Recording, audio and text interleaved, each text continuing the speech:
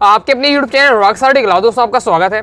जैसा कि दोस्तों आपको पता है हमारा 19 मार्च को कक्षा 11वीं का हिंदी विषय का वार्षिक परीक्षा का पेपर है। ओके, लगातार दोस्तों मैं आपको तैयारी कराया हूँ, इसलिए दोस्तों मैंने आपको पहले ही आपके आरोह के काव्य खंड, गद्य खंड, बितान के अति महत्वपूर्ण प्रश्न उत्तर बता दिए, अति महत्वपूर्ण वस्तुनिष्ठ भी आपको कंप्लीट करा दिए और पद्य साहित्य का इतिहास, गद्य साहित्य का इतिहास से भी संबंधित मैंने आपको क्या क्वेश्चन बता दिए, वस्तुनिष्ठ कंप्लीट करा दिए। दोस्तों क्रम से वीडियो देखना चाहते हैं, क्रम से तैयारी करना चाहते हैं तो अलग से प्लेलिस्ट बना दी है, क्लास 11th हिंदी वार्षिक परीक्षा इंपॉर्टेंट क्वेश्चन 2024 के नाम से प्लेलिस्ट है। प्लेलिस्ट पर जाकर क्रम से वीडियो देखकर आप तैयारी कर सकते हैं। दोस्तों आज इस वीडियो में हम अभिव्यक्ति और माध्यम जो आपकी अलग से पुस्तक चलती है ओके, इसके हम क्या अति महत्वपूर्ण वस्तुनिष्ठ प्रश्न उत्तर देखने वाले हैं। सो दोस्तों वीडियो को ध्यान से अंदर देखिएगा क्योंकि इससे आपका क्या 2 नंबर का क्वेश्चन आता है और इस वीडियो को देखने के बाद आप यहाँ से क्या 2 नंबर पक्का कर पाएंगे। ओके, तो वीडियो को ध्यान से अंदर देखिएगा और मुझे विश्वास है ओके कि मैंने देखा है कि 50% प्लस स्टूडेंट क्या है इस पुस्तक को नहीं अच्छे से पढ़ते हैं। ओके, और यहाँ से क्या है जितने भी ऑब्जेक्टिव ज्यादा बनते हैं ऑब्जेक्टिव में पीछे रह जाते हैं, साथ ही क्वेश्चन आंसर भी नहीं बन पाते। ओके, जिससे क्या है नंबर कमा सकते हैं हिंदी जैसे विषय में। ओके, तो इसलिए दोस्तों आपको इस टॉपिक को ध्यान से पढ़ना है, मतलब इस सब्जेक्ट को। ओके, तो मैं आपको इस वीडियो में कवर करा दूंगा, तो तैयार कर लीजिएगा। तो परीक्षा में सफलता उस विद्यार्थी को मिलती है जो मेहनत के पेड़ को क्या है ध्यान से पानी देता है, मतलब जो व्यक्ति जो स्टूडेंट क्या है मेहनत के पेड़ को पानी देगा यानी लगातार मेहनत करेगा, वही क्या है इस कक्षा 11वीं में 95% स्कोर कर पाएगा। तो पहला दोस्तों हमारा क्वेश्चन है जनसंचार माध्यमों के 4 महत्वपूर्ण उद्देश्य आपको पूछे जा रहे हैं। तो 4 महत्वपूर्ण आपको उद्देश्य बताने हैं। तो जनसंचार द्वारा वास्तविक घटनाओं, नीतियों, कार्यक्रम की जानकारी दी जाती है। राष्ट्रीय विकास में जनसंचार की महत्वपूर्ण भूमिका है। मुद्रित संचार में समाचार पत्र और पत्रिकाएं, इलेक्ट्रॉनिक संचार में रेडियो, टेलीविजन तथा बेतार संचार में मोबाइल तकनीक महत्वपूर्ण है। ये आपको बताया गया है। नेक्स्ट हमारा क्वेश्चन है पत्रकारिता क्या है। तो पत्रकारिता क्या है? पत्रकारिता का अर्थ है पत्रकार होने की अवस्था।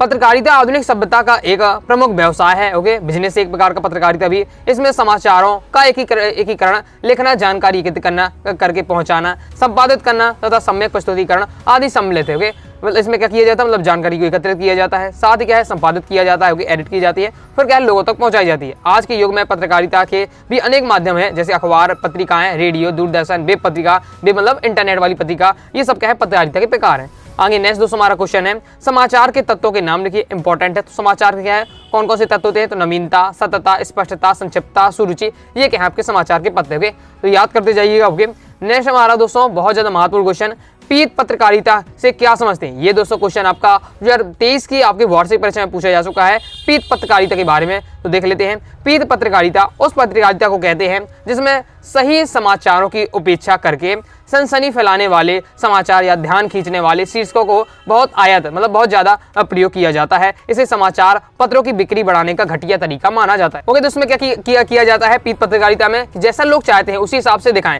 चाहे वो क्या गलत भी हो, गलत सलत हो। ओके, फिर भी आप लोग दिखाते हैं। ऐसा क्यों दिखाते हैं कि लोग उनका ज्यादा उनका टीवी चैनल मान लीजिए, तो टीवी चैनल उनको देखेंगे तो उनका क्या है उनके प्रचार ज्यादा बढ़ेगा, लोग उनकी क्या है टीआरपी बढ़ेगी, ये सब होता है। ओके, इसलिए क्या गलत चीजें भी दिखा देते हैं, जिसे क्या है पीत पत्रकारिता कहते हैं और एक घटिया तरीका है अपने समाचार पत्रों की बिक्री बढ़ाने का। ओके, आगे देख लेते हैं। नेक्स्ट हमारा खोज परख पत्रकारिता क्या है। ओके, खोज परख पत्रकारिता क्या है? तो खोज पत्रकारिता देख लेते हैं। खोजी पत्रकारिता को जासूसी पत्रकारिता भी कहा जाता है। असल में यह तो हर प्रकार की पत्रकारिता में समाचार बढ़ाने के लिए किसी न किसी रूप में जांच पड़ताल की जाती है, यानी कुछ नया खोजने का प्रयास किया जाता है। खोजी पत्रकारिता को तथ्यों को खोजने की वजह से थोड़ा अलग हटकर बनाया जाता है। खोजी पत्रकारिता में गंभीर अपराध, राजनीतिक भ्रष्टाचार, कारपोरेट गलत काम जैसे रुचि के किसी एक विषय की गहराई से जांच की जाती है। नेक्स्ट देख लेते। नेक्स्ट हमारा वॉच डॉग पत्रकारिता क्या है। ओके, तो वॉच डॉग पत्रकारिता लोकतंत्र पत्रकारिता और समाचार मीडिया का मुख्य उत्तरदायित्व सरकार के कामकाजों पर निगाह रखता है और कोई गड़बड़ी होने पर क्या है पर्दाफाश करता है। परंपरागत रूप से इसे वॉच डॉग पत्रकारिता कहते हैं। देखिए नाम से अर्थ निकालिए, वॉच डॉग मतलब कुत्ते की नजर की तरह, कुत्ते की नजर कैसे बहुत तेज होती है, तो उसकी नजर से ये एक पत्रकारिता क्या किस प्रकार की पत्रकारिता होती है कि इसमें क्या सरकार के ऊपर क्या जिस प्रकार से कुत्ता नजर रखता है, इस प्रकार से पत्रकार लोग नजर रखते हो। जैसी सरकार कुछ गलती करती है तुरंत ही उसका क्या पर्दाफाश करते हैं, इसलिए नाम पड़ा है वॉच डॉग पता है, मतलब कुत्ते की तरह जैसे नजर रख के ये पत्रकारिता की जाती है। तो इस बार से अर्थ निकाल करके है याद करने का प्रयास करिएगा।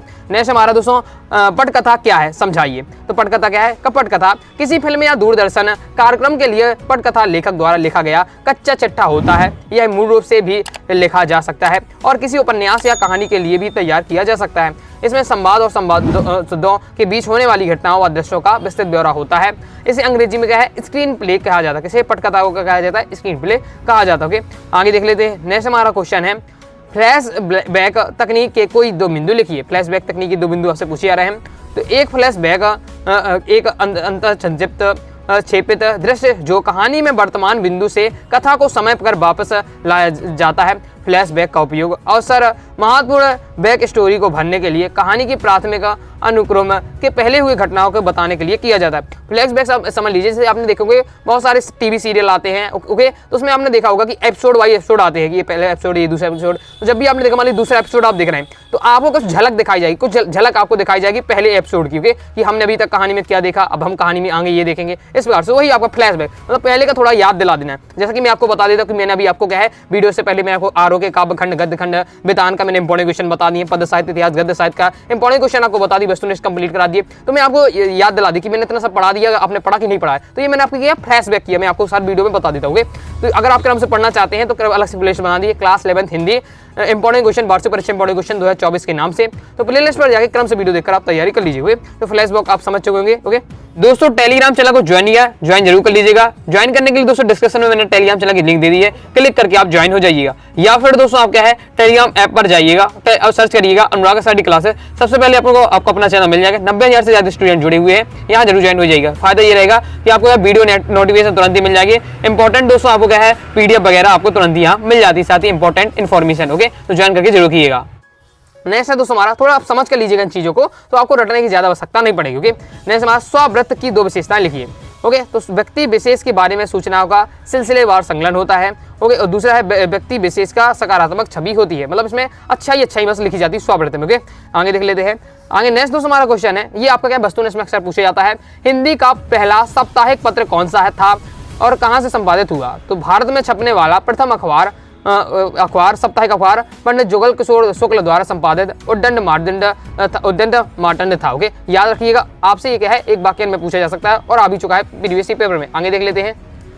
आगे बढ़ने से पहले दोस्तों बता दूं, अभी तक तो आपने अपने हिंदी के कोर्स को ज्वाइन किया, तो क्लास 11 के हिंदी के कोर्स को ज्वाइन कर सकते हैं। इस हिंदी के कोर्स में दोस्तों आपको क्या है, आपको आरो के गद्यखंड, आपको आरो के काव्यखंड, गद्यखंड, वितान के और आपके अभिव्यक्ति माध्यम इंपॉर्टेंट क्वेश्चन, वस्तुनिष्ठ आपको कंप्लीट मिल जाएंगे। कंप्लीट व्याकरण पीडीएफ के रूप में रहेगा, तो आसानी से आप तैयारी कर पाएंगे। तो कोर्स ज्वाइन करने के लिए 9039534479 दिए व्हाट्सएप नंबर मैसेज करना है। फीस 249 रुपए, 50% ऑफ चल रहा है। केवल 125 रुपए में आपको क्लास 11 का हिंदी का कंप्लीट कोर्स अब दिया जा रहा है। अब दोस्तों हमारा नेक्स्ट क्वेश्चन है, शब्दकोश एवं संदर्भ ग्रंथ में क्या अंतर है। प्रीवियस पेपर में आ चुका है। ओके, तैयार कर लीजिएगा। शब्दकोश क्या है, तो शब्दों का खजाना होता है शब्दकोश है। इसमें एक भाषा भाषी समुदाय में प्रयुक्त होने वाले शब्दों का संचित किया जाता है। ओके, मतलब शब्दकोश में नाम ही शब्दकोश, मतलब शब्दों का संग्रह होता है, शब्दों का खजाना होता है। ओके, जिसमें एक ही भाषा भाषी के समुदाय के प्रयुक्त होने वाले शब्दों का संचित किया जाता है, जोड़ा जाता है। ओके, साथ ही शब्दों की व्युत्पत्ति, स्रोत, लिंग, शब्द रूप एवं विभिन्न संदर्भ परक अर्थों के बारे में जानकारी दी जाती है। शब्दकोश में कई लाख शब्द होते हैं जिन्हें योजनाबद्ध खंडों और अपखंडों में विभाजित किया जाता है। मतलब डिक्शनरी की बात की जाए, डिक्शनरी जिससे अर्थ होती है अपन का। जैसे हमारा संदर्भ ग्रंथ क्या है, संदर्भ ग्रंथ में मानव द्वारा संचित ज्ञान को संक्षिप्त रूप से प्रस्तुत किया जाता है।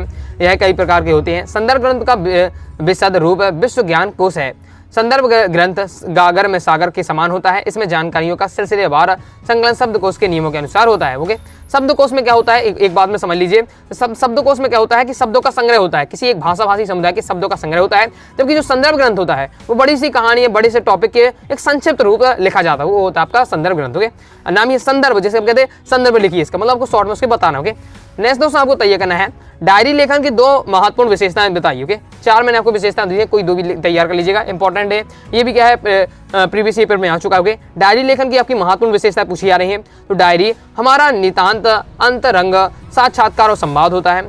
दूसरा है, जो बात हम किसी को सुना नहीं सकते वह डायरी में लिखकर को स्वयं को सुना सकते हैं।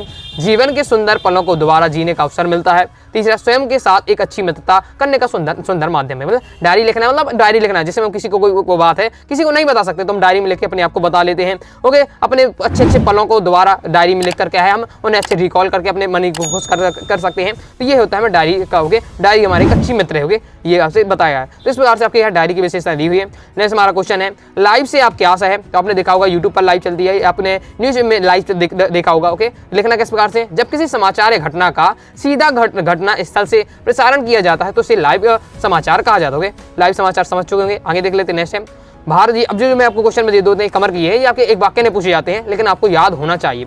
भारत में पहली मूक फिल्म किसने और कब बनाई? मूक फिल्म इसमें शांति रहती है, इसमें पात्र काम बस करते रहते हैं, मतलब सब पूरी आपको दिखाएंगे जो भी नाटक है, लेकिन उसमें क्या बोलते नहीं होंगे। तो भारत में पहली मूक फिल्म राजा हरिश्चंद्र 1913 में दादा साहब फाल्के ने बनाई थी। नेक्स्ट हमारा पहली बोलती फिल्म भारत में कौन सी थी, कब बनाई? तो पहली बोलती फिल्म आलम आरा सन 1931 में बनी थी। अब याद करने की ट्रिक क्या है कि मूक फिल्म है तो मूक पहले बनी थी, ओके, तो कब बनी थी? 1913 में, और बोलती वाली करनी 1930, तो 13 का उल्टा हो गया 30, ओके, इस प्रकार से 1913 1930 1930 याद रखिएगा, साथ साथ राजा हरिश्चंद्र आलम आरा, इस प्रकार से एक साथ याद रखिएगा। नेक्स्ट हमारा क्वेश्चन है, ये भी प्रीवियस पेपर में आ चुका है कि अंतर व्यक्तित्व संचार से क्या आशय है? तो जब दो व्यक्ति आमने सामने संचार करते हैं तो इसे अंतर व्यक्तित्व संचार कहते हैं। सीधे सिंपल बात है, आमने सामने जब आप बात करते हैं तो आपके वो कहलाता अंतर व्यक्तित्व संचार। ओके, अभी जैसे ये हम आपसे मैं वार्तालाप कर रहा हूँ, ओके, आपसे वार्तालाप कर रहा हूँ, तो ये हमारा अंतर व्यक्तित्व संचार नहीं, क्योंकि हम आमने सामने अभी नहीं बैठे हुए। जब आमने सामने व्यक्ति क्या है, प्रत्यक्ष रूप से बैठा रहता है, तो उसे हम कहते हैं अंतर व्यक्तित्व संचार। ओके, आमने सामने संचार करें, बात करोगे, इसमें क्या है, फीडबैक तुरंत प्राप्त होता है। ओके, जैसे आपको कोई डाउट हो तुरंत ही आप पूछ सकते हैं, लेकिन अभी ओके तुरंत ही पूछ सकते हैं कमेंट में, लेकिन मैं आपको कुछ समय बाद आपको आंसर दूंगा आपका। ओके, तो लेकिन अगर आप मान लीजिए आमने सामने हम बैठ के बात कर रहे हैं तो तुरंत ही हम बात कर सकते हैं इस प्रकार से। तो इसमें क्या है, फीडबैक तुरंत प्राप्त होता है अंतर व्यक्तित्व में। अंतर व्यक्तित्व संचार की मदद से हम आपसी संबंध विकसित करते हैं। यह संचार पारिवारिक और सामाजिक रिश्तों की बुनियाद है।